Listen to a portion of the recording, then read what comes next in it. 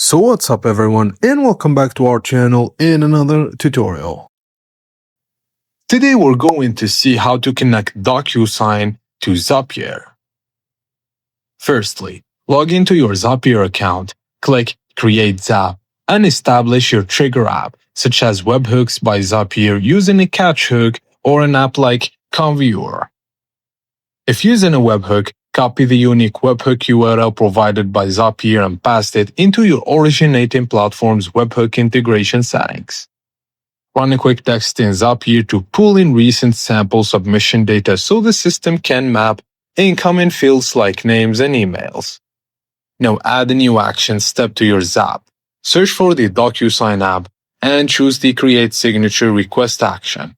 Authenticate and link your active Docusign account when prompted, and under the Template ID field, select the pre-built Docusign template you want to stand out automatically.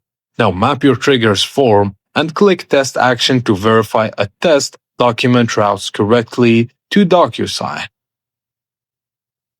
And that's it guys, as simple as that. Thank you for watching, and please don't forget to like the video and subscribe to our channel for more tips and tricks like this, and drop a comment down below letting us know what to cover next, and I will see you on the next video.